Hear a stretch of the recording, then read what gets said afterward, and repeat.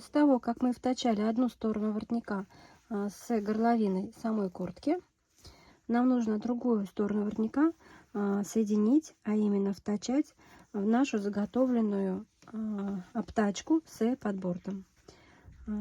Куртка у нас будет с обтачкой горловины спинки и с подбортом, поэтому мы должны их втачать по отдельности. Полочку с одной стороны воротника, обтачку горловины с подборта с другой стороной воротника. Втачиваем так же, как и с курткой.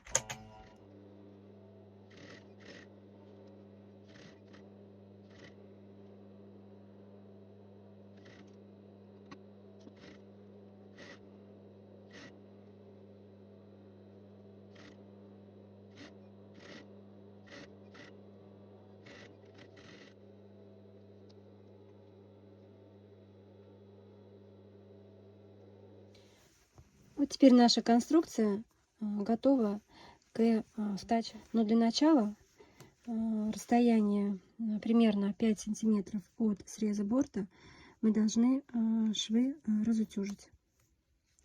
А дальше они у нас будут смотреть в сторону изделия.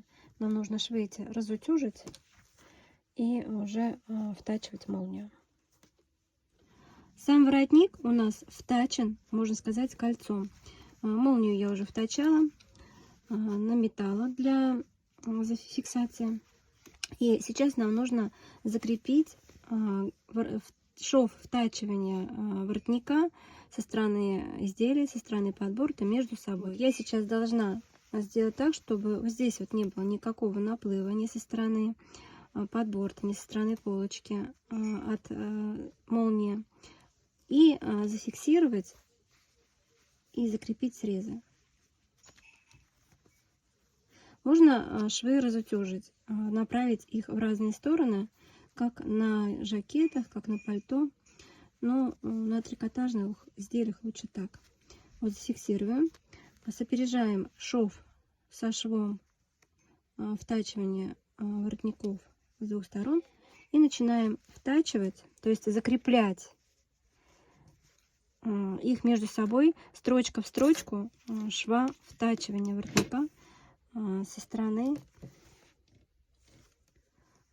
можно с подборта, можно со стороны воротника. Где-то примерно на расстоянии, начинаем закреплять на расстоянии 5 сантиметров от края борта. Лучше закреплять крупной строчкой. Здесь мелкая строчка не нужна. Она у нас и так нормальная строчка во время втачивания. Я сейчас сопережаю швы втачивания и закрепляю. Обязательно совмещаем плечевые швы, то есть все контрольные метки, которые у нас есть по горловине.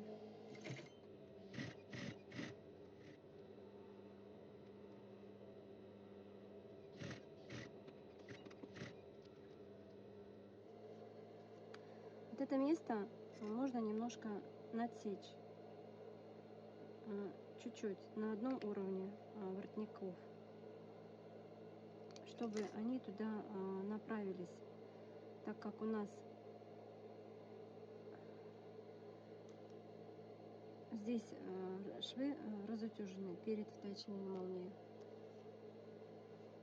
Чтобы они не лежали грубо, то есть был плавный переход, можно сделать надсечку, и направление припуска воротника само произвольно туда уйдет.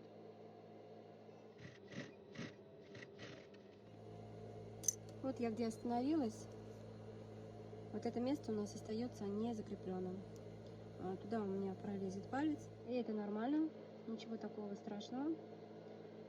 После того, как мы соединили два воротника, а именно оба припуска воротника с лицевой и со стороны подборта, я бы еще вот этот вот срез, а именно шов втачивания, закрепила киперной лентой, чтобы наверняка для стабильности не растягивался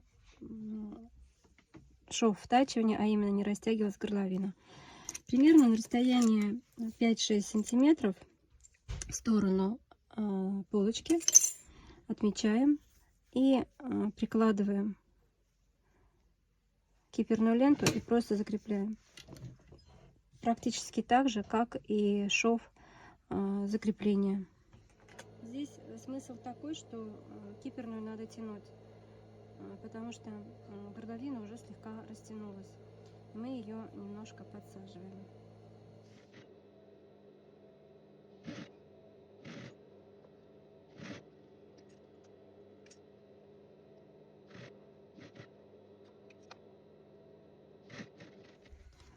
Киперную мы настрочили.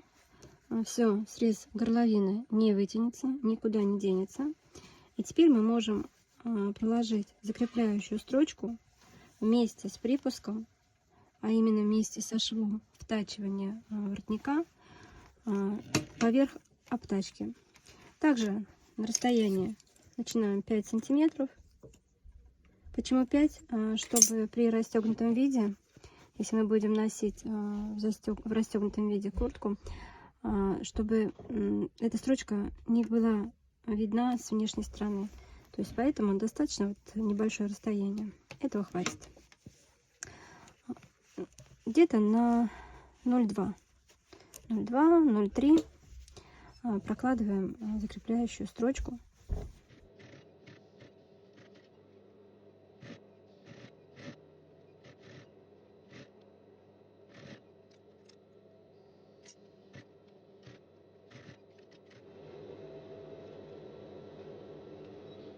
Вот и готов у нас воротник.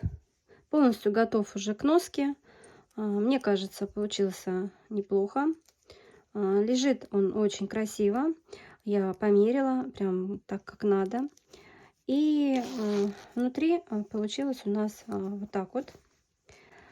Обтачку горловины спинки я решила закрепить насквозь на спинку. Можно не закреплять, но так как у меня ткань очень рыхлая, она прям такая, как шелковистая, мягкая, я решила все-таки закрепить. Иногда бывает достаточно просто закрепить обтачку вместе с нашим припуском, который мы закрепляли, да, и она уже никуда не денется, просто закрепить по плечевым. Можно и насквозь по спинке.